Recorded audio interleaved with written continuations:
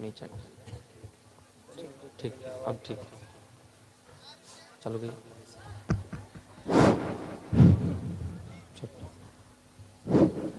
السلام علیکم ورحمۃ اللہ وبرکاتہ الحمد لله نحمده ونستعينه ونستغفره ونؤمن به ونتوكل عليه ونعوذ بالله من شرور أنفسنا ومن سيئات أعمالنا من يهده الله فلا مضل له ومن يضلل فلا هادي له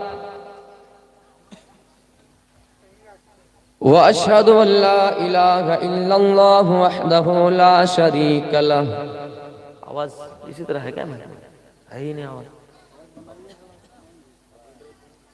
وأشهد أن محمدا عبده ورسوله أما بعد أعوذ بالله من الشيطان الرجيم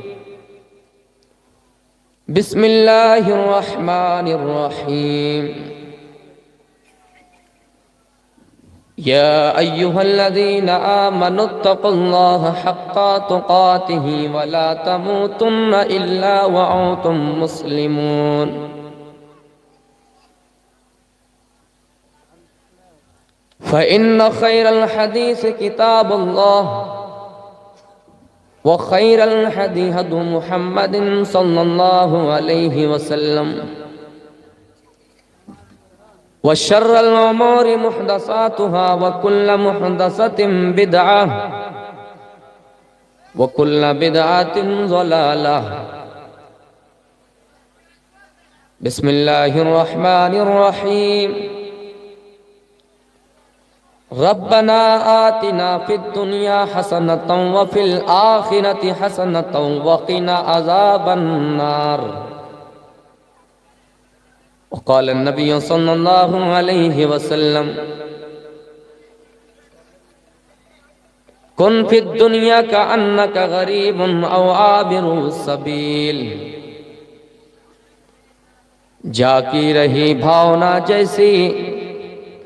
جا کی رہی بھاونا جیسی پربھو مورت دیکھی تن تیسی اسٹیج پر جلوہ افروز علماء کرام سامنے بیٹھے ہوئے بزرگوں عزیزوں مختصر خطبہ میں نے پڑھا صبح کا پہر ہونے کو ہے اس لیے بہتر ہے کہ تقریر کو جلدی ختم کر دیا جائے میں نے قرآن کریم کی ایک آیت پڑھی جن کو اللہ کے رسول صلی اللہ علیہ وسلم اکثر دعا میں پڑھا کرتے تھے ربنا آتنا فی الدنیا حسنۃ وفی الآخرۃ حسنۃ وقنا عذاب النار کیا اے اللہ تو ہمیں دنیا کی بھی بھلائی عطا فرما اور آخرت کی بھی بھلائی عطا فرما اور جہنم کے عذاب سے بچا لے میرے بھائیوں اس دعا میں ہم اور آپ دنیا کی بھی بھلائی حاصل کر سکتے ہیں کچھ لوگ کہتے نا کہ اللہ کو صرف بندوں سے عبادت کروانا ہی مقصد ہے اور عبادت سے مراد صرف وہ نماز لیتے ہیں روزہ لیتے ہیں لیکن عبادت تو یہ بھی ہے کہ اگر ہم حلال کماتے ہیں حرام سے بچ جاتے ہیں تو یہ بھی عبادت ہے اللہ نے رزق تلاش کرنے سے منع نہیں کیا ہے حلال روزی تلاش کرنے کے لیے اللہ نے کہا ہے فَإِذَا قُضِيَتِ الصَّلَاةُ فَانْتَشِرُوا فِي الْأَرْضِ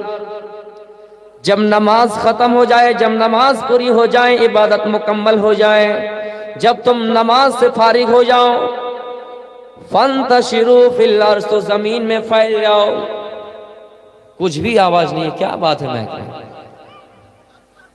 جب نماز ختم ہو جائے تو زمین میں پھیل جاؤ اللہ کے رزق کو تلاش کرنے کے لیے میرے بھائیوں، اور حلال رزق کو تلاش کرو۔ اللہ فرماتا ہے یا ایھا الناس کلوا مما فی الارض حلالا طیبا، اے لوگو جو ہم نے تمہیں زمین میں رزق دیا ہے، جو ہم نے تمہیں زمین میں اناج دیا ہے، جو ہم نے تمہیں زمین میں غلہ دیا، حلال اور پاکیزہ مالوں کو کھاؤ۔ یعنی اس آیت سے پتہ چلا جو مال حلال ہے، جو مال طیب ہے، جو مال پاکیزہ ہے، اس کو اللہ رب العالمین کھانے کا حکم دے رہا ہے۔ یعنی میرے بھائیوں، بکرا حلال ہے، مرغا حلال ہے، لیکن ہم نے اس کو حرام پیسے سے خریدا ہے۔ وہ تو حلال ہے لیکن ہمارے لیے کھانا حلال نہیں ہے۔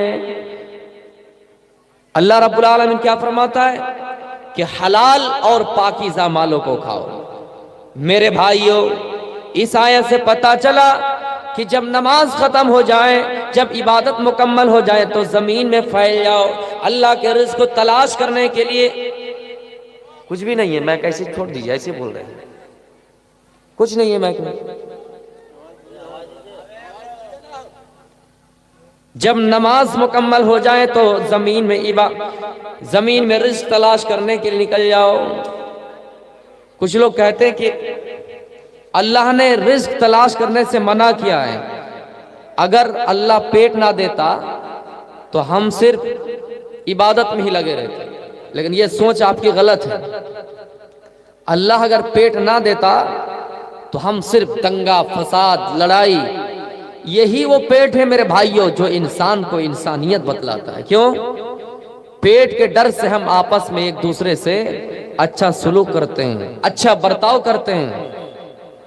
میرے بھائیوں، اگر پیٹ نہ ہوتا تو ہم صرف لڑنے جھگڑنے میں اپنا ٹائم گزار دیتے ہیں۔ کچھ لوگ ہوتا ہے دنیا میں صرف مال کماتے ہیں، کہتے ہیں آئینہ مال، آئین المال، آئین المال، مالی مالی۔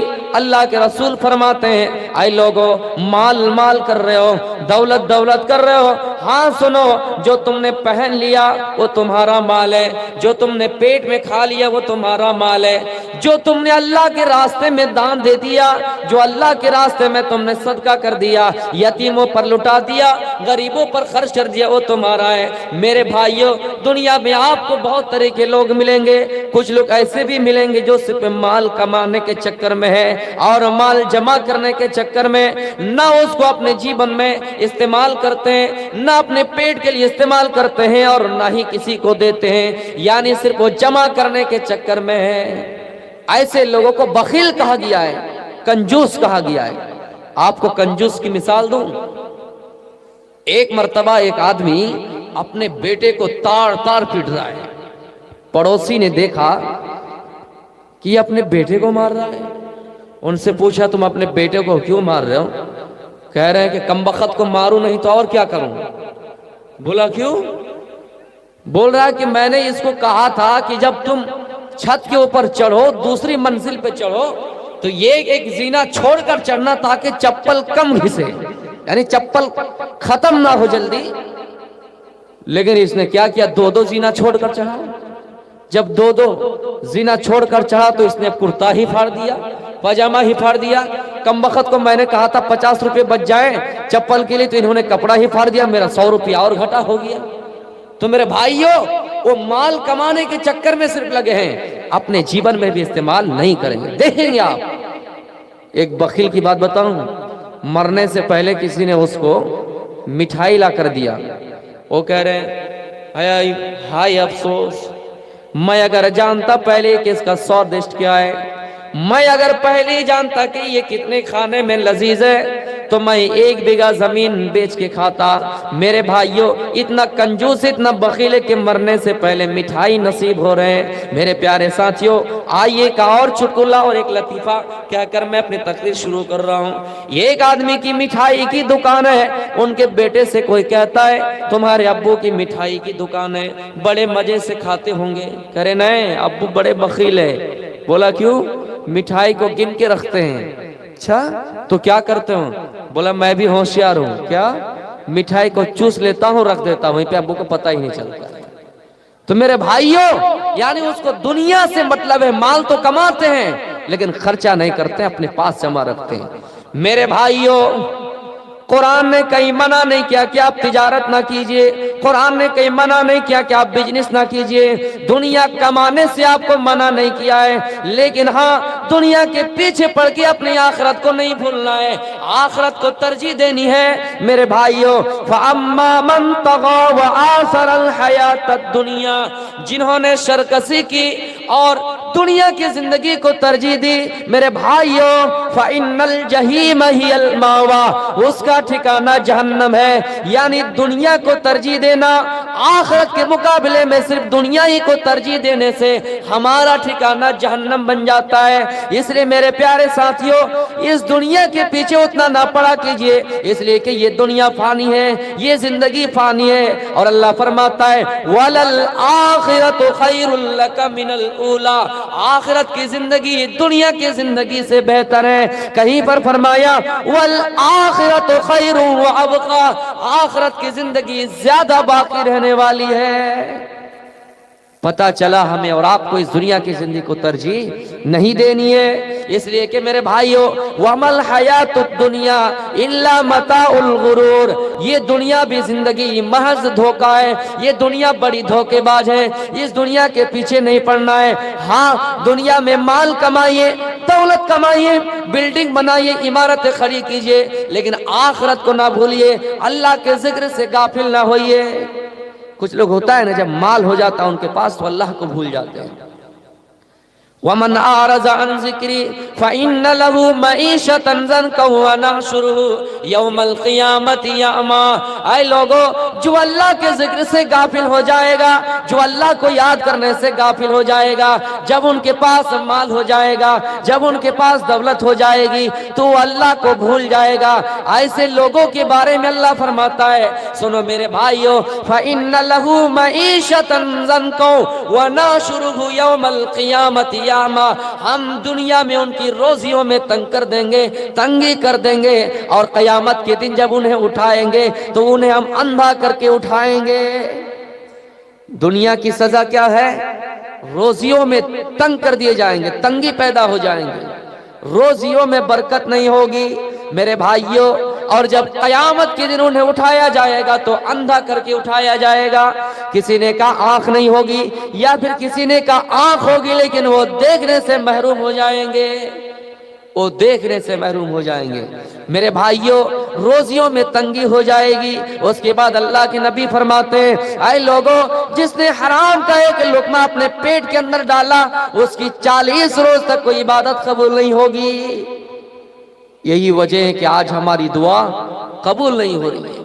فلسطینی مسلمانوں کو مارا جا رہا ہے، فلسطینی مسلمانوں کو کاٹا جا رہا ہے، ان کے بچوں کو مار کر زمین میں دفنا دیا گیا، کتنے ایسے بچے ملبہ کے اندر دفن ہو گئے۔ میرے بھائیوں ہم اپنے بچے سے جس طرح پیار کرتے ہیں، ہم جس طرح اپنے بچوں سے محبت کرتے ہیں، فلسطینیوں کا وہ بچہ ہے، فلسطین بھی چاہتے کہ ہم اپنے بچوں کی ٹھنڈک بنیں، ہم اپنے بچوں سے محبت کریں۔ میرے مسلمان بھائیوں ہمارے لیے ضروری ہے کہ ہم ان فلسطینی مسلمانوں کے حق میں دعا کریں، کیونکہ فلسطینی جو لڑائی لڑ رہا ہے اپنے حق کی لڑائی لڑ رہا ہے۔ یہی وہ اسرائیل ہے جن کو بسانے والا فلسطین ہے۔ یہ اسرائیل ننگے تھے، پیاسے تھے، بھوکے تھے، ان کے پاس رہنے کے لیے زمین نہیں، انہیں امریکہ نے جگہ نہیں دی، انہیں ان کے ملکوں نے جگہ نہیں دی، انہیں ان کے ماننے والوں نے جگہ نہیں دی۔ آج جو اسرائیل کو میرے بھائیوں چڑھتے ہوئے سورج بنا رہے ہیں اور اوپر لا رہے ہیں اور یہ کہہ رہے ہیں مسلمانوں کا مقابلہ کرو، فلسطینی کا مقابلہ کرو، لیکن اسرائیل کو جب بسانے کی بات کہی گئی میرے بھائیوں کسی نے ان کا ساتھ نہیں دیا۔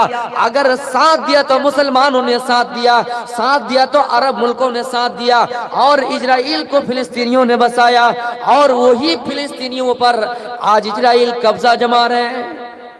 تو میرے بھائیوں ہم حرام کو اپنا لیے ہیں، اس لیے ہماری دعا قبول نہیں ہو رہی ہے۔ اللہ فرماتا ہے حلال کھاؤ، وَحَلَّ اللَّهُ الْبَيْعَ وَحَرَّمَ الرِّبَا، اے لوگوں ہم نے تمہارے لیے حلال کو، ہم نے تمہارے لیے حرام، تو ہم نے تمہارے لیے تجارت کو حلال کیا ہے، وَحَلَّ اللَّهُ الْبَيْعَ وَحَرَّمَ الرِّبَا، اور سود کو حرام کیا ہے۔ ہم نے تمہارے لیے تجارت کو حلال کیا ہے اور سود کو حرام کیا ہے۔ حضرت عبد الرحمن ابن عوف ایک مہاجر صحابی ہجرت کر کے مدینہ جاتے ہیں، مدینے کے اندر داخل ہوتے ہیں، اللہ کے نبی سعد بن ربیع سے ان کا بھائی چارہ قائم قرار دیتا ہے، سعد بن ربیع کے ہاتھ سے ہاتھ ملا دیتا ہے، بھائی چارہ قائم ہو جاتا ہے۔ میرے پیارے ساتھیوں، عبد الرحمن ابن عوف مہاجر صحابی ہے، سعد بن ربیع انصاری صحابی ہے۔ سعد بن ربیع کہتے ہیں، آئے عبد الرحمن ابن عوف، اللہ کے رسول نے بھائی چارہ قائم کیا ہے، میرے ہاتھ پر تمہارا ہاتھ رکھا ہے۔ آئے عبد الرحمن ابن عوف، سنو، ہماری آدھی سلطنت تم لے لو۔ بھائی چارہ کا یہ عالم یہ ہے، آج اگر میری تقریر کوئی غیر مسلم بھائی سن رہے یا سوشل میڈیا کے ذریعے میری تقریر ان کے کانوں پہ پہنچے تو بھائی چارہ کا عالم دیکھیں۔ اسلام بھائی چارہ کی بات کر رہا ہے، اور بھائی چارہ کا عالم تو یہ ہے میرے بھائیوں، وہ انصاری صحابی عبد الرحمن ابن عوف سے کہتے ہیں، اے عبد الرحمن ابن عوف، میری آدھی سلطنت لے لو، آدھی جائیداد لے لو، آدھی زمین لے لو، یہاں تک کہ میرے پاس 2 بیوی ہے، میری 2 بیوی ہے، تم پسند کرو، جو تمہیں پسند آ جائے میں ان کو طلاق دے دیتا ہوں، عدت گزرنے کے بعد تم ان سے نکاح کر لو۔ دنیا میں سب سے زیادہ پیار اگر کسی سے کیا جاتا ہے تو بیوی سے۔ یہ بھی نہیں کہا کہ جو ڈائن ہے اسے لے لو، 2 بیوی ہے، ایک بڑی بدماش ہے، بہت پریشان کرتی ہے، بہت ستاتی، کبھی تو یہ لاؤ کبھی وہ لاؤ، آرام سے نہیں رکھتی ہے، کالیے کلوٹیے بدماش ہے، ڈائن ہے، چڑیلے، نہیں، بلکہ یہ فرمایا میرے پاس 2 بیوی ہے، میری 2 بیوی ہے، پسند کرو، جو تمہیں پسند آ جائے میں ان کو طلاق دے دیتا ہوں، عدت گزرنے کے بعد تم ان سے نکاح کر لو۔ بھائی چارہ کا یہ عالم ہے کہ بیوی دینے کے لیے تیار ہے۔ بھائی چارہ قائم ہوا۔ میرے پیارے ساتھیوں، عبد الرحمن ابن عوف اس انصاری صحابی سے کہہ رہے ہیں، اے سعد بن ربیع، مجھے یہ بتاؤ، آئینا سوقکم، تمہارا مارکٹ کدھر ہے، تمہارا بازار کدھر ہے؟ میری تقریر سے جو چیز موضوع سے ٹچ کھا رہی ہے وہ یہاں دیکھیں میرے بھائیوں، کیا سوال کیا؟ آئینا سوقکم، تمہارا بازار کدھر ہے؟ کرسا کاٹا ہے یا پھر ارریا 0 مائل ہے، یا پھر تمہارا بازار کدھر ہے؟ وہاں جاؤں گا، تجارت کروں گا، بزنس کروں گا، بیوپار کروں گا۔ میرے بھائیوں، کاروبار کریں گے، بزنس کریں گے، تجارت کریں گے، مال زیادہ ہوگا، آمدنی زیادہ ہوں گے، خرچ آئے گا۔ میرے پیارے ساتھیوں، اور ان کو بتایا گیا کہ بازار یہاں سے کینو کا بازار ہے، وہاں جاؤ، وہاں مارکٹ لگتی ہے، وہاں بازار لگتا ہے۔ یہ عبد الرحمن ابن عوف مارکٹ جاتے ہیں، بازار جاتے ہیں، اور گھی اور پنیر سے اپنا بزنس سٹارٹ کرتا ہے، بیٹھے نہیں رہا، تجارت شروع کیا۔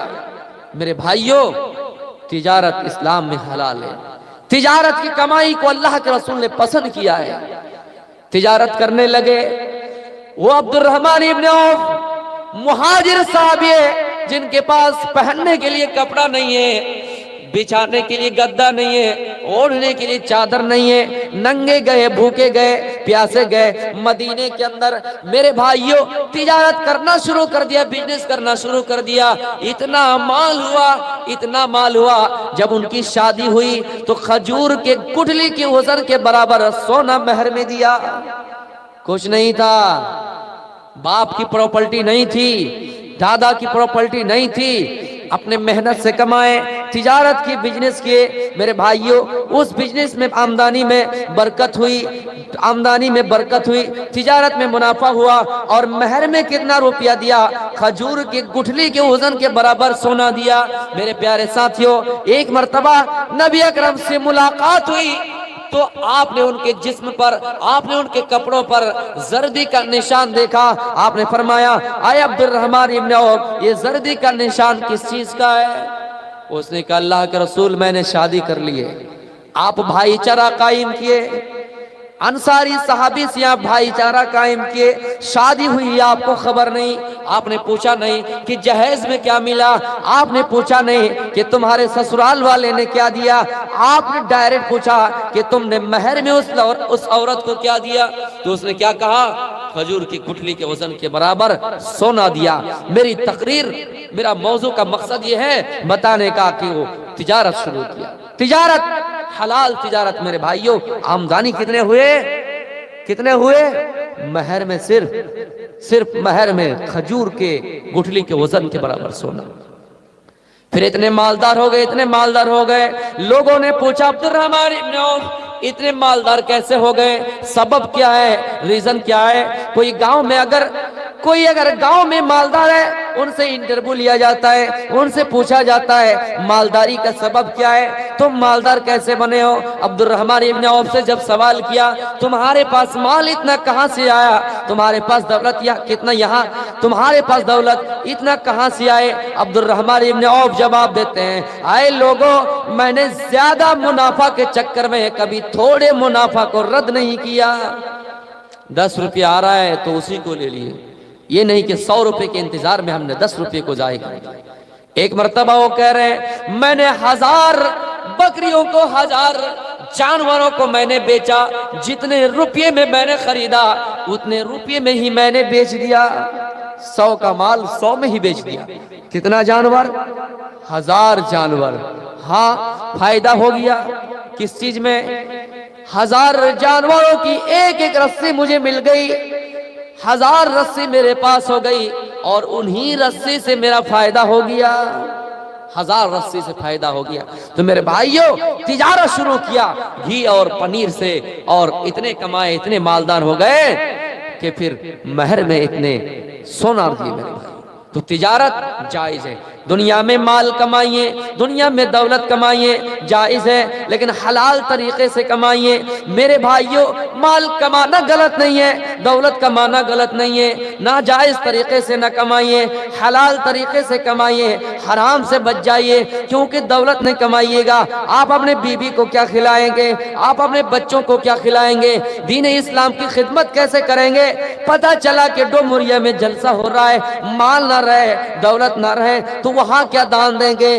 ہاں، ہم دنیا میں کب تک دوسروں کے اوپر بھروسہ کرتے رہے کہ دوسرا ہمیں کھلائے گا؟ نہیں، اپنے پیروں پہ کھڑا ہونا ہے، اپنے پیروں پہ مضبوط ہونا ہے۔ دوسرا کب تک آپ کی مدد کرے گا؟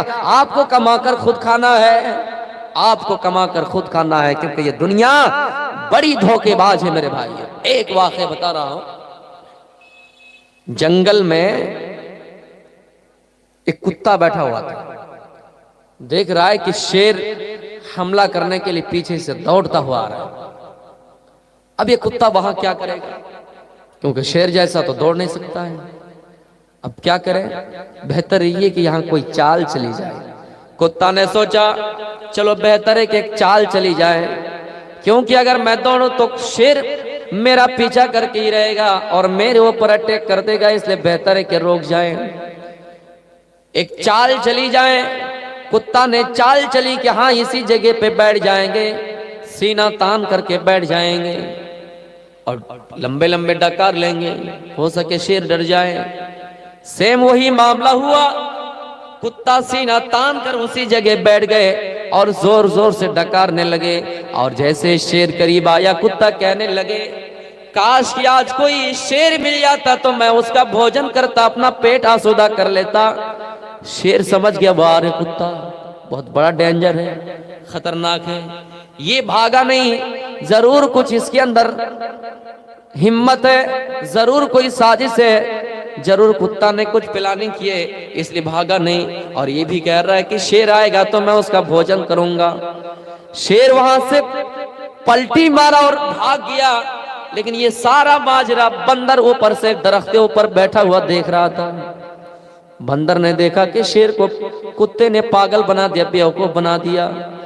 بندر کے اندر جلن پیدا ہو گیا اور کہنے لگا کتا نے شیر کو بیوقوف بنا دیا، میں شیر کو بتا دوں گا، ہو سکے میں شیر کے قریبی بن جاؤں، شیر میرے اوپر نہ دہاڑے، شیر میرے اوپر حملہ نہ کرے، میں شیر کا قریبی بن جاؤں، اس لیے یہ بات شیر کو بتا دیتے ہیں۔ وہ بندر یہ ماجرا دیکھ کر درخت نیچے سے اترا اور دوڑتا ہوا شیر کی طرف چل پڑا۔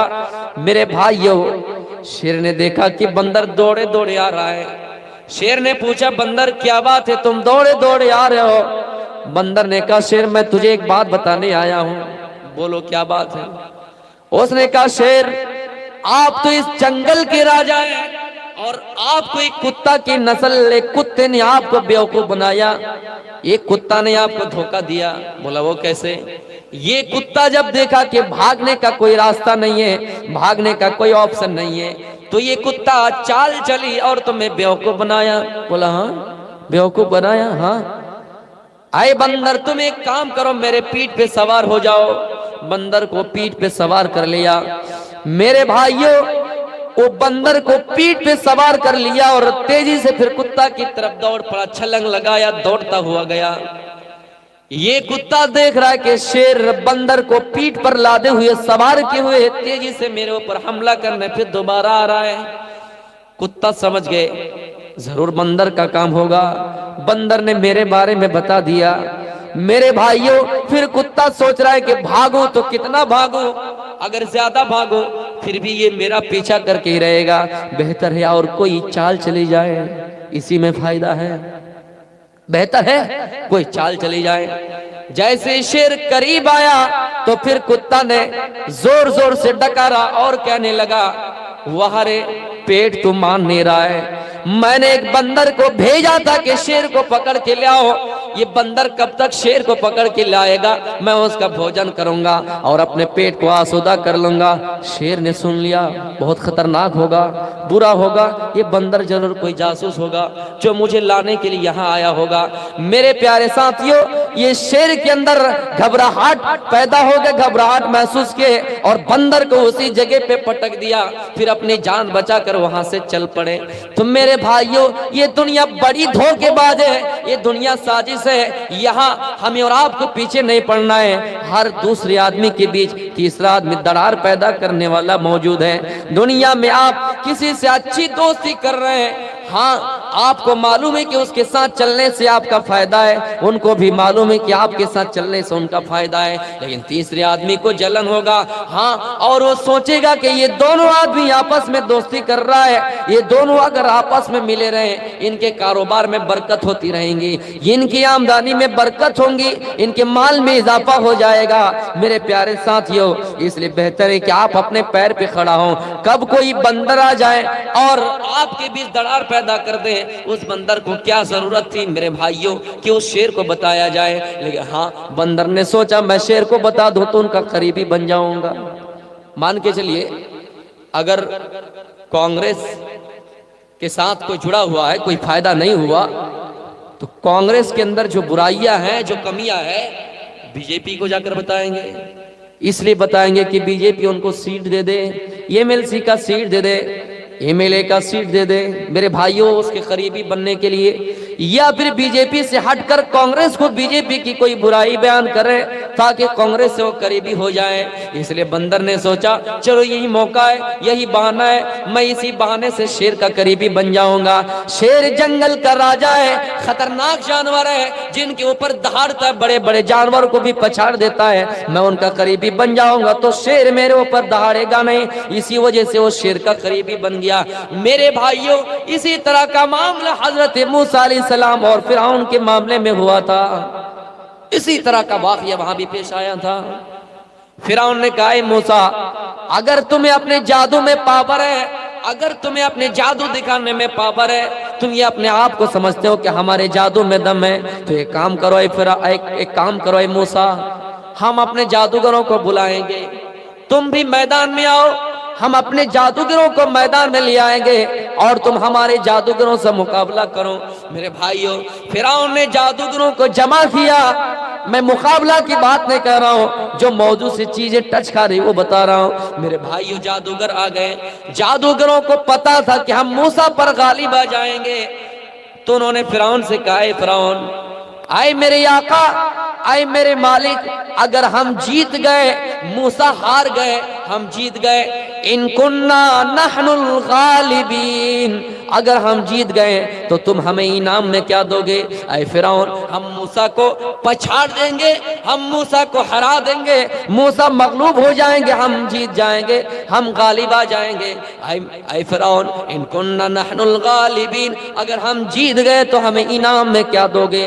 فرعون نے یہ نہیں کہا کہ ہم تمہیں 100 روپے دیں گے، فرعون نے یہ نہیں کہا کہ ہم تمہیں 1,00,000 روپے دیں گے، فرعون نے یہ نہیں کہا کہ ہم تمہیں 1 بیگھہ زمین دیں گے۔ فرعون نے کہا اے جادوگروں وَإِنَّكُمْ لَمِنَ الْمُقَرَّبِينَ، ہم تمہیں اپنا قریبی بنا لیں گے، ہم چلنا اٹھنا بیٹھنا تمہارا ایک ساتھ کریں گے، ہم کچھ بھی کریں گے تمہاری رائے سے کریں گے، تمہارے مشورے سے کریں گے۔ مان کے چلیے مودی جی سے ہماری اچھی دوستی ہو جائے اور مودی جی کہہ دے کہ آپ 1,00,000 روپے لے لیجئے، لیکن دوسرا آپشن ہم یہ دے دیں کہ 1,00,000 روپے نہیں، تمہیں ہمارے ساتھ چلنا ہے، ہمارے ساتھ اٹھنا ہے، ہمارے ساتھ بیٹھنا ہے، پارلیمنٹ میں کوئی کام پاس ہو، کوئی بل پاس ہو تو اس میں تمہاری رائے ہوگی، تمہارا مشورہ ہوگا، تو ہم 1,00,000 روپے لیں گے یا ان کے ساتھ چلنا گوارا کریں گے؟ میرے بھائیوں 1,00,000 روپیہ نہیں لیں گے، ان کا قریبی بننے کے لیے ان کے ساتھ رہیں گے۔ تو اسی طرح وہاں معاملہ فرعون نے کہا ہم تمہیں اپنا قریبی بنا لیں گے۔ تو میرے پیارے ساتھیوں یہ دنیا بڑی دھوکے باز ہے، اس دنیا کے پیچھے ہمیں اور آپ کو نہیں پڑنا ہے۔ اس دنیا کی مثال اللہ کے نبی فرماتے لو کانت الدنیا تعدل عند اللہ جناح بعوضۃ ما سقا کافرا منها شربۃ ماء، اے لوگو دنیا کی حقیقت اگر مچھر کے پر کے برابر بھی ہوتی تو روئے زمین میں اللہ رب العالمین کسی کافر کو پانی کا ایک گھونٹ بھی نصیب نہیں کرتا، پانی کا ایک قطرہ بھی نصیب نہیں کرتا۔ لیکن ہاں دنیا کی حقیقت مچھر کے پر کے برابر بھی نہیں ہے، اس لیے آج نمازیوں کے گھر میں بھی روزی آ رہی ہے، بے نمازیوں کو بھی اللہ کھانا کھلا رہا ہے، ایک کافر کے گھر میں بھی اللہ کھانا دے رہا ہے، رزق دے رہا ہے، ایک مومنوں کے گھروں میں بھی دے رہا ہے۔ اس لیے میرے پیارے ساتھیوں کیونکہ دنیا کی کوئی حقیقت ہی نہیں ہے، دنیا کی کوئی حقیقت نہیں۔ ربنا آتنا فی الدنیا حسنۃ وفی الآخرۃ حسنۃ وقنا عذاب النار، اے ہمارے پروردگار تو ہمیں دنیا کی بھی بھلائی عطا فرما اور آخرت کی بھی بھلائی عطا فرما اور جہنم کے عذاب سے بچا لے۔ دنیا کی بھلائی کیا ہے میرے بھائیوں؟ نوجوان ہے شادی نہیں ہوئی ہے، چاہے لڑکا ہو یا لڑکی، وہ اللہ سے دعا کر سکتا ہے اے اللہ جب میری شادی ہو کسی دیندار عورت دیندار گھرانے میں ہو، کسی دیندار عورت سے میری شادی ہو، اے اللہ جب میری شادی ہو تو وہ لڑکی دیندار ہو، کیونکہ اللہ کے نبی فرماتے ہیں الدنیا متاع و خیر متاع الدنیا المرأة الصالحہ، اے لوگو یہ دنیا تو سامان ہے اور دنیا کی بہترین سامان، دنیا کی قیمتی سامان نیک عورت ہے۔ ہم اللہ سے دنیا کی بھلائی حاصل کرنے کے لیے، دنیا کی بھلائی طلب کرنے کے لیے اللہ سے کہہ سکتے ہیں یا اللہ جب میری شادی ہو تو دیندار عورت سے شادی ہو۔ میرے بھائیوں جب صحابہ کرام نے اللہ کے رسول سے سوال کیا اے اللہ کے رسول سونے اور چاندی کے علاوہ بھی کوئی ایسی چیز ہو جن کو ہم یاد کر رہے ہیں، جو کوئی ایسی چیز ہو جن کو ہم سونے اور چاندی کے علاوہ بہتر سمجھے اور اسی کو یاد کریں، اسی کو اپنا لیں۔ اللہ کے نبی فرماتے ہیں اے لوگو افضلہ لسان ذاکر وقلب شاکر وزوجۃ مؤمنۃ تعینہ علی ایمانہ، اے لوگو سونے اور چاندی اور جواہرات سے بھی بہتر چیز یہ ہے کہ انسان کے پاس ذکر کرنے والی زبان ہو، اللہ کو یاد کرنے والی زبان ہو، انسان کے پاس شکر گزار دل ہو، انسان کے پاس ایسی بیوی ہو جو ان کے ایمان کو پختہ تر بنانے میں مددگار ہو۔ یعنی میرے بھائیو آپ شرابی ہیں، آپ بے نمازی ہیں، آپ رشوت کھانے والے ہیں، آپ کے اندر بدکاری کی عادت ہے، آپ کے اندر چوری کی عادت ہے، آپ کی بیوی نیک کار ہے، آپ کی بیوی دیندار ہے، وہ آپ کو شراب پینے سے منع کرے گی، وہ آپ کو جوا کھیلنے سے منع کرے گی، وہ آپ کو تہجد کے لیے جگائے گی، وہ آپ کو نماز کے لیے جگائے گی۔ وَزَوْجَةٌ مُؤْمِنَةٌ تُعِينُهُ عَلَىٰ ایمانہ، وہ آپ کے ایمان کو پختہ تر بنانے میں مددگار ثابت ہوں گے۔ میرے بھائیوں دنیا کی بھلائی تو یہ ہے کہ ہم دیندار عورت کو اللہ تعالیٰ سے طلب کریں۔ اس لیے میرے بھائیوں اللہ کے نبی فرماتے ہیں اذا خطب الیکم من ترضون دینہ وخلقہ فزوجوہ الا تفعلوہ تکن فتنۃ فی الارض وفساد عریض۔ اے لوگو، جب تمہارے پاس دیندار رشتہ ہے، ان کے پاس مال ہو یا نہ ہو، جب دیندار رشتہ ہے، جب دیندار رشتہ ہے تو تم اپنی بیٹی کا نکاح کر دو، تو تم اپنی بہن کا نکاح کر دو۔ جب تمہارے پاس دیندار رشتہ آئے تو تم اپنے بھائی کا نکاح کر دو۔ ہاں، اتنا جان لو، اتنا جان لو، اگر تم نے ایسا نہیں کیا تو تکن فتنۃ فی الارض وفساد عریض، تو زمین میں فتنہ پھیل جائے گا، زمین میں فساد مچ جائے گا۔ میرے بھائیوں، پتہ چلا ہمیں اور آپ کو دیندار عورت کو ترجیح دینا ہے۔ میرے بھائیوں، اللہ کے نبی فرماتے ہیں کہ تنکح المرأۃ لاربع، میرے بھائیوں، عورت سے شادی 4 چیزوں کی بنا پر کی جاتی ہے۔ لمالہا، ان کا مال دیکھا جاتا ہے، وحسبہا، حسب النسب دیکھا جاتا ہے، ولدینہا، ان کی دینداری دیکھی جاتی ہے۔ میرے بھائیوں، ولجمالہا، ان کی خوبصورتی دیکھی جاتی ہے۔ اللہ کے نبی فرماتے ہیں نہ تم مال دیکھو، نہ حسب النسب دیکھو، نہ خاندان دیکھو، میرے بھائیوں نہ حسن و جمال دیکھو، ہاں تم ان کی دینداری دیکھو۔ فاظفر بذات الدین، تم ان کی دینداری کو ترجیح دو۔ لیکن ہاں، ہم نے ان چیز کو بھلا دیا ہے، ہم نے دینداری نہیں دیکھی ہے، ہم نے خوبصورتی دیکھی ہے، ہم نے مال دیکھا ہے، ہم نے خاندان دیکھا ہے۔ ایک صحابی جن کا نام جلیبیب ہے، کالے کلوٹے ہیں، شکل سے بدصورت ہے، چہرہ کالا ہے، شکل کالی ہے، اللہ کے نبی کی خدمت میں رہا کرتے ہیں۔ ایک مرتبہ آپ نے فرمایا اے جلیبیب الا تتزوج، اے جلیبیب کیا تم شادی نہیں کرو گے؟ جلیبیب کا جواب ہے اے اللہ کے نبی میں تو کالا ہوں، اے اللہ کے نبی میرے پاس نہ حسن ہے، نہ جمال ہے، نہ میرے پاس مال ہے، نہ دولت ہے، میں تو کالا ہوں، میری شکل کالی ہے، میرا چہرہ کالا ہے۔ اے اللہ کے نبی مجھ سے کون شادی کرے گا؟ مجھ سے کون اپنی بیٹی کا نکاح کرائے گا؟ مجھ سے کوئی شادی کرنے کے لیے تیار نہیں ہوں گے۔ آپ نے فرمایا جلیبیب کیا تم شادی نہیں کرو گے؟ 3 مرتبہ آپ نے وہی سوال کیا، جلیبیب وہی جواب دیتے ہیں اے اللہ کے نبی مجھ سے کون شادی کرے گا؟ اللہ کے نبی فرماتے ہیں اے جلیبیب تم مدینے کے اندر جاؤ، ایک انصاری گھر میں جاؤ اور کہنا کہ محمد الرسول اللہ صلی اللہ علیہ وسلم نے تمہیں سلام کیا ہے اور یہ بھی کہا ہے کہ تم اپنی بیٹی کا نکاح میرے ساتھ کر دو۔ جلیبیب کیا تھے؟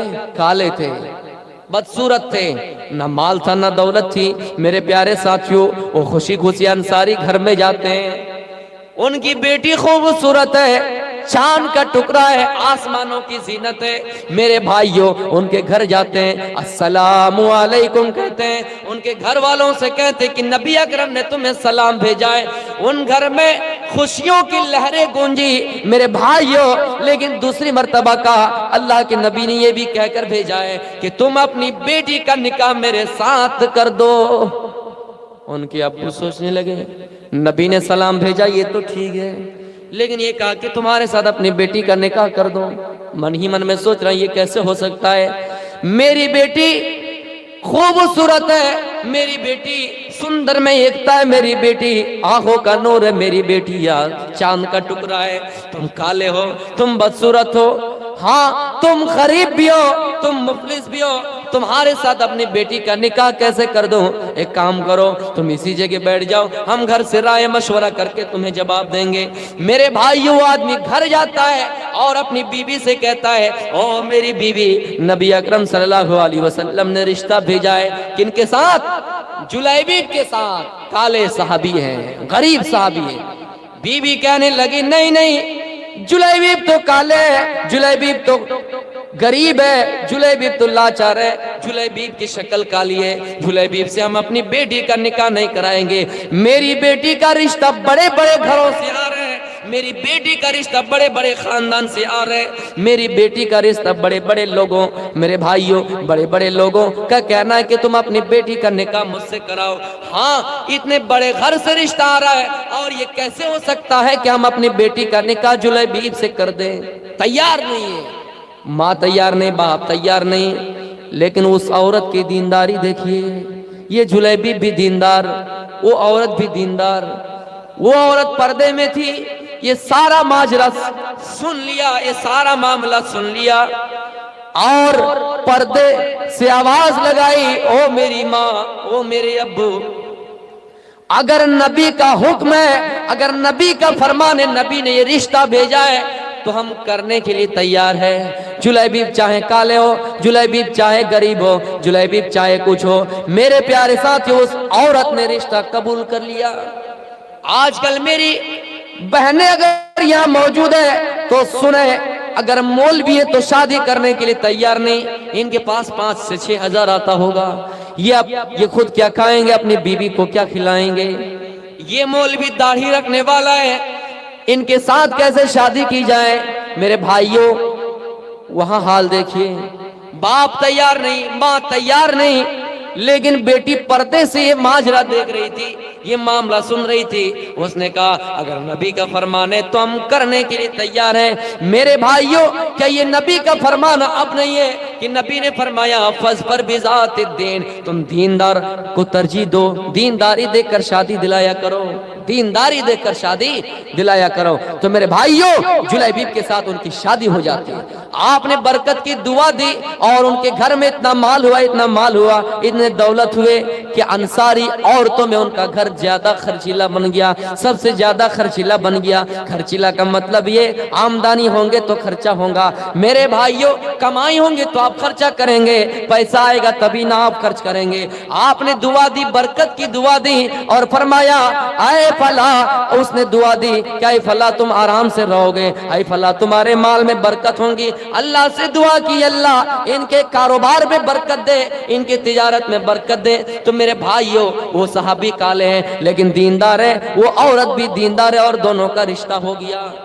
تو دنیا کی بھلائی ہم اور آپ حاصل کر سکتے کہ ہماری بیوی آئیں تو اچھی بن کے آئیں، نیک بن کے آئیں، صالح بن کے آئیں، دیندار بن کے آئیں۔ لڑکی بھی کہہ سکتے ہیں کہ اللہ جب میری شادی ہو تو دیندار لڑکے سے ہو۔ یہ دنیا کی بھلائی ہو گئی، اور آخرت کی بھلائی یہ ہے جب آپ کو قبر میں رکھا جائے تو ہم اللہ تعالیٰ سے دعا کریں اے اللہ جب مجھے چارپائی پر لٹایا جائے، اے اللہ جب میرا جنازہ پڑھا جائے، لوگ مجھے قبرستان میں رکھ کے آئے، لوگ مجھے قبر میں اتارے، قبر میں رکھ کے آ جائے، جب سوال کرنے کے لیے فرشتہ آئے اور سوال کریں تو میرا سوال، میرا حساب آسانی سے لیا جائے۔ کیونکہ میرے بھائیوں دنیا میں ہم آپ حساب کر سکتے ہیں، ہم اور آپ حساب کر سکتے ہیں، لیکن قبر میں ہمیں حساب نہیں کرنا ہے، ہمیں حساب دینا ہے۔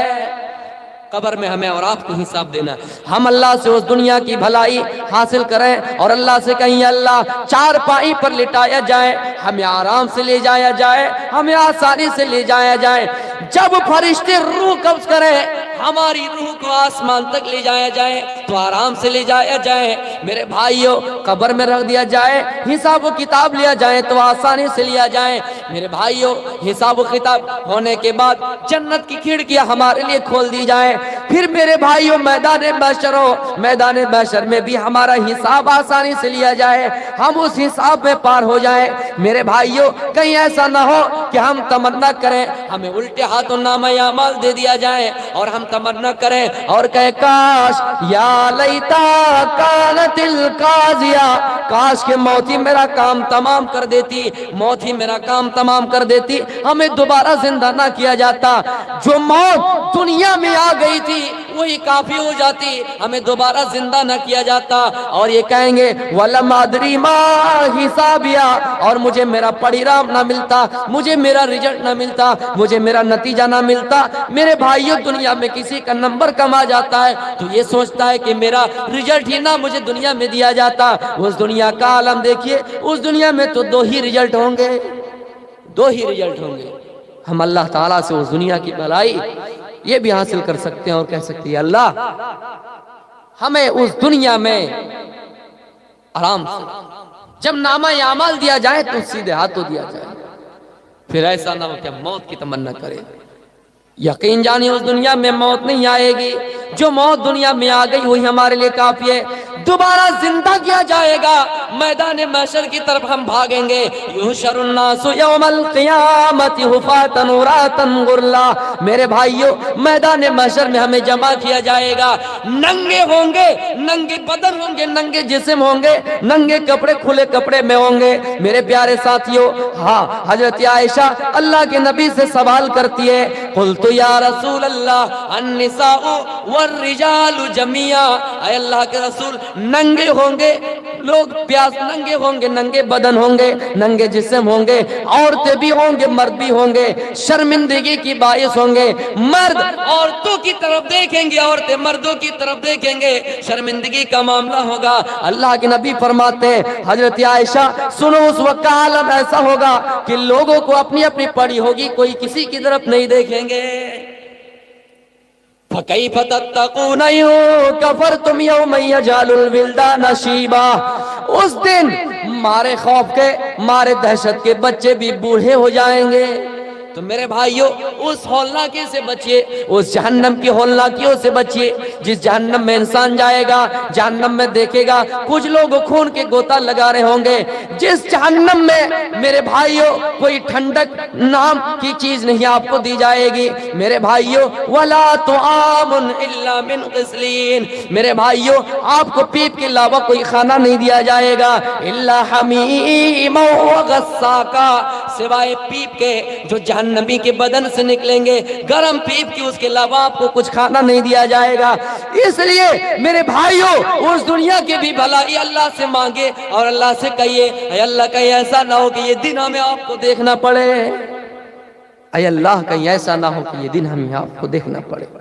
وَقِنَا عَذَابَ النَّارِ، دنیا کی بھلائی کے ساتھ ساتھ آخرت کی بھی بھلائی، اور جہنم سے پناہ مانگنے کا بھی طلب ہے، جہنم سے بھی ہم پناہ مانگے، جہنم کے عذاب سے چھٹکارا مانگے، یہ دعا کرتے رہے، ربنا اصرف عنا عذاب جہنم ان عذابها کان غراما، اے اللہ تو ہمیں جہنم کے عذاب سے بچا لے، اے اللہ جہنم کے عذاب سے بچا لے، جہنم کا عذاب ہم سے ہٹا لے، اس لیے کہ جہنم کا عذاب بڑا چمٹنے والا ہے، جہنم کا عذاب بڑا سخت ہے، جہنم کا عذاب انسان سے چمٹ جانے والا ہے، اس لیے تو جہنم کا عذاب ہم سے ہٹا لے۔